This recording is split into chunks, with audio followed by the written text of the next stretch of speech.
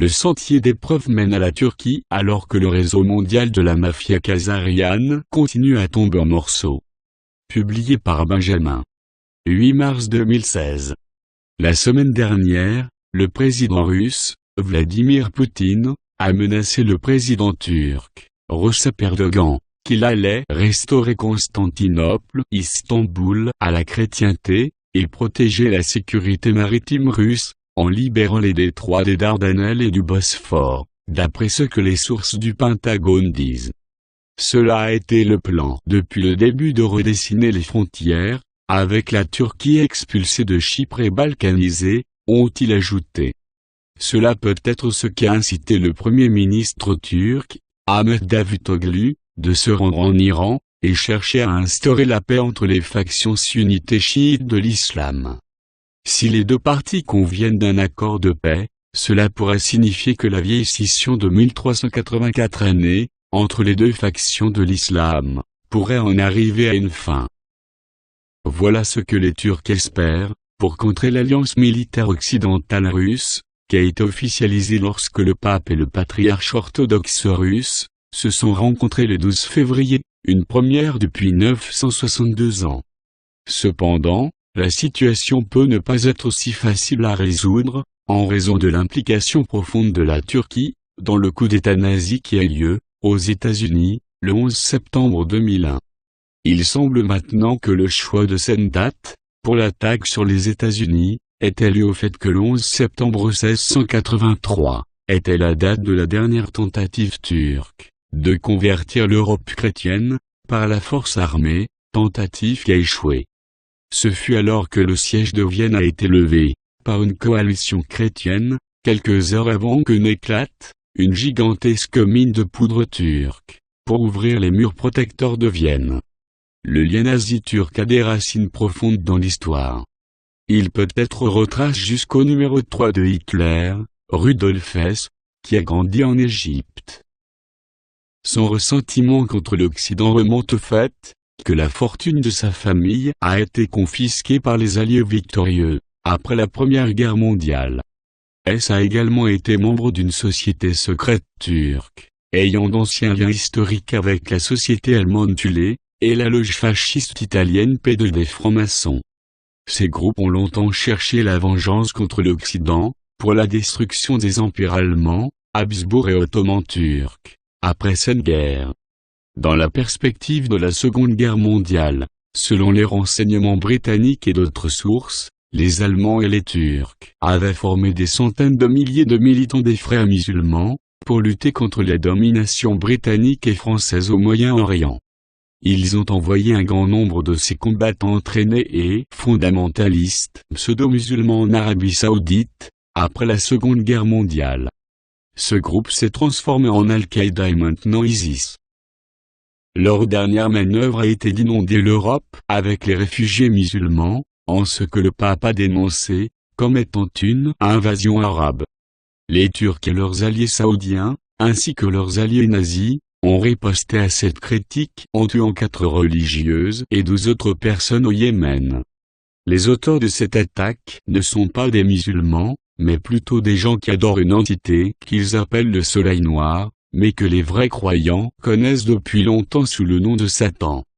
Ce réseau satanique est maintenant systématiquement démantelé de façon à ce que ce soit visible, même dans les médias contrôlés d'entreprises occidentaux. La montée du candidat présidentiel américain Donald Trump en est un exemple clé. La semaine dernière, Newt Gingrich, l'ancien président de la Chambre des représentants américaine, a déclaré sur Fox TV, à l'échelle nationale des États-Unis, que l'établissement républicain était terrifié par Trump, parce qu'il n'est pas l'un d'eux. Il n'a pas passé à travers des rites d'initiation, il n'appartient pas à la société secrète. Cela a incité plusieurs menaces de mort contre Trump, en commençant par Führer George Bush père, mais en incluant d'autres. Cependant, le fait est que, cette fois-ci, ce sont les Bush qui sont en panique. Selon les sources du Pentagone, le récent voyage du chef orthodoxe russe Kirill au Paraguay, était un message aux Bush qu'ils ne sont en sécurité nulle part. Le seigneur mexicain de la drogue agent de Bush, El Chapo, qui a été arrêté, est privé de sommeil jusqu'à ce qu'il accepte d'être extradé aux États-Unis, pour témoigner contre la mafia Bush-Clinton, ajoutent les sources. En outre, les destitutions d'Hillary Clinton avancent du bon train. La lesbienne et amante de Hillary, Huma Abedin, a été inculpée, et son agent a reçu l'immunité, en échange d'un témoignage, et un grand jury est occupé à interviewer des gens, pour voir qui sera cité à comparaître lors de sa mise en accusation prochaine. Les charges comprennent les fuites de secrets d'État, et l'utilisation de la fondation Clinton tel un gouvernement secret, entre autres choses, disent les sources du FBI. Un autre signe évident que ce ne sont ni des questions d'affaires et habituelles, est le fait que David de Rothschild, chef de la branche suisse de la famille bancaire Rothschild, se cache de la police. Le nom du David de Rothschild était venu fréquemment dans les négociations, entre la société Dragon Blanc et d'autres sociétés secrètes occidentales, avant le tsunami et attaque nucléaire, du 11 mars 2011, contre le Japon. Après le 311, le représentant des Rothschild, Dr Michael Van Domer, aka Michael Mering, a dit à cet écrivain, que l'attaque visait à forcer les Japonais de déplacer 50 millions du Grand Tokyo, vers la Corée du Nord où les Rothschild avaient prévu d'établir leur nouveau siège social d'Asie. Un certain temps après les attaques 311, le premier ministre japonais d'alors, Naoto Kan, lors d'une conférence de presse bondée, au club des correspondants des affaires étrangères, a mentionné qu'il avait été fortement encouragé, après les attentats, d'évacuer le Grand Tokyo. En dépit du fait, qu'à peu près tout l'ensemble de la presse occidentale, et tous les principaux points de nouvelles de médias japonais, avaient des journalistes présents là-bas, personne n'a fait mention de ces commentaires. Maintenant, tout à coup, l'histoire de Kan, d'être poussé à évacuer 50 millions de personnes, est soudainement partout dans les médias de presse du monde entier, alors que le 5e anniversaire de cette terreur aux attaques s'approche. Alors que Rothschild est actuellement recherché pour fraude, c'est seulement une question de temps, avant que son rôle et le rôle de ses familles dans cet incident de génocide, soient également investigués. La colonie Rothschild d'Européens endoctrinés, connue sous le nom d'Israël, est également en sérieux état de siège maintenant. Les renseignements américains ont dit à leurs homologues russes, qu'Israël est soupçonné d'utiliser la Turquie comme proxy, pour éviter la colère russe, dans l'assassinat récent du chef du renseignement militaire russe, Grigor Serguin. Cela a eu l'effet inverse, car cela a seulement consolidé la coopération militaire et des renseignements Russie-États-Unis, disent les sources américaines. Pour souligner ceci, le haut général américain, Joseph Dunford, est allé en Israël le 3 mars, et a averti les Israéliens de ne pas assassiner Trump ou n'importe qui des bons gars. Ils leur ont également dit d'arrêter toute infiltration de terroristes en Jordanie, au Liban et en Syrie. En outre, le vice-président américain, Joe Biden, se rend en Israël le 8 mars, pour les avertir de cesser de coopérer avec la Turquie ou l'Arabie Saoudite. Les Chinois ont également montré, de quel côté de la clôture ils sont assis, en instituant un programme d'exemption de visa de 6 jours, pour la région de Shanghai, et qui inclut 51 pays comme les USA, le Japon, la Russie, la France et le Royaume-Uni, mais excluant délibérément Israël. Le gouvernement japonais a également restreint les visas pour les Israéliens. Pendant ce temps, les choses chauffent également sur le front économique. Les expéditions mondiales restent dans la pire des récessions depuis les Vikings. Le régime fantoche nazi en Ukraine a fait faillite et est dysfonctionnel, alors que les grandes banques occidentales continuent de survivre aux moyens de comptabilité frauduleuse. Maintenant, le gouvernement canadien a admis publiquement avoir vendu la dernière de ses réserves officielles d'or. Ceci est intéressant parce que les Canadiens étaient probablement les dernières personnes sur Terre, prêtes à échanger l'or pour des notes de débit de la réserve fédérale, appelée à tort dollar américain. La Banque des règlements internationaux à Bâle, Suisse, siège mondial pour les banques centrales privées, est elle-même presque certainement en grande difficulté. Parmi ses 21 gouverneurs, seulement 4 ne sont pas européens ou nord-américains. Il y a un jeton chacun pour le Brésil, la Chine, l'Inde et le Japon. Même le BR est peut-être à court d'or à ce stade.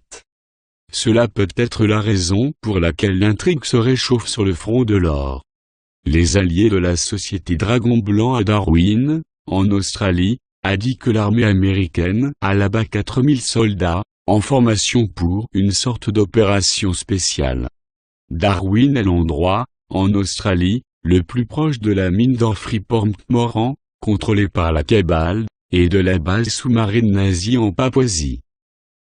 L'armée américaine pourrait projeter un mouvement dans cette direction, de spéculer la source. Une source de la CIA en Asie du Sud-Est, quant à lui, a été intriguée par ce bulletin qui a rapporté que lors de la famille royale persane en Thaïlande, a fait son chemin à Hong Kong. Il a dit que leur perse avait été rendu légèrement radioactif, afin qu'il puisse être retracé par satellite, et que le rapport a raison de dire qu'il avait fini à Hong Kong. Les alliés asiatiques sont en train de dire que l'or serait disponible à une escompte de 13%, par rapport au prix du marché pour des commandes minimales de 20 tonnes.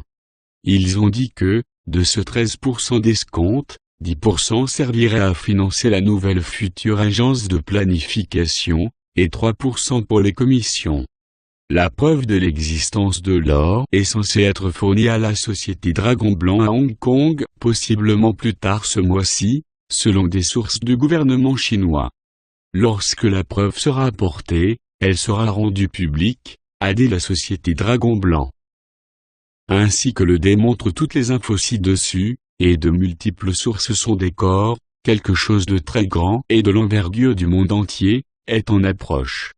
De nombreux initiés disent que cela pourrait se produire dès ce mois-ci, ou en avril. Nous verrons comment les événements se déploient. Une chose à surveiller est de voir si quelque chose se passe autour du 24 mars, lorsque le porte-parole du gouvernement US d'entreprise, Barack Obama, visitera le siège nazi d'Amérique du Sud, à Bariloche, en Argentine.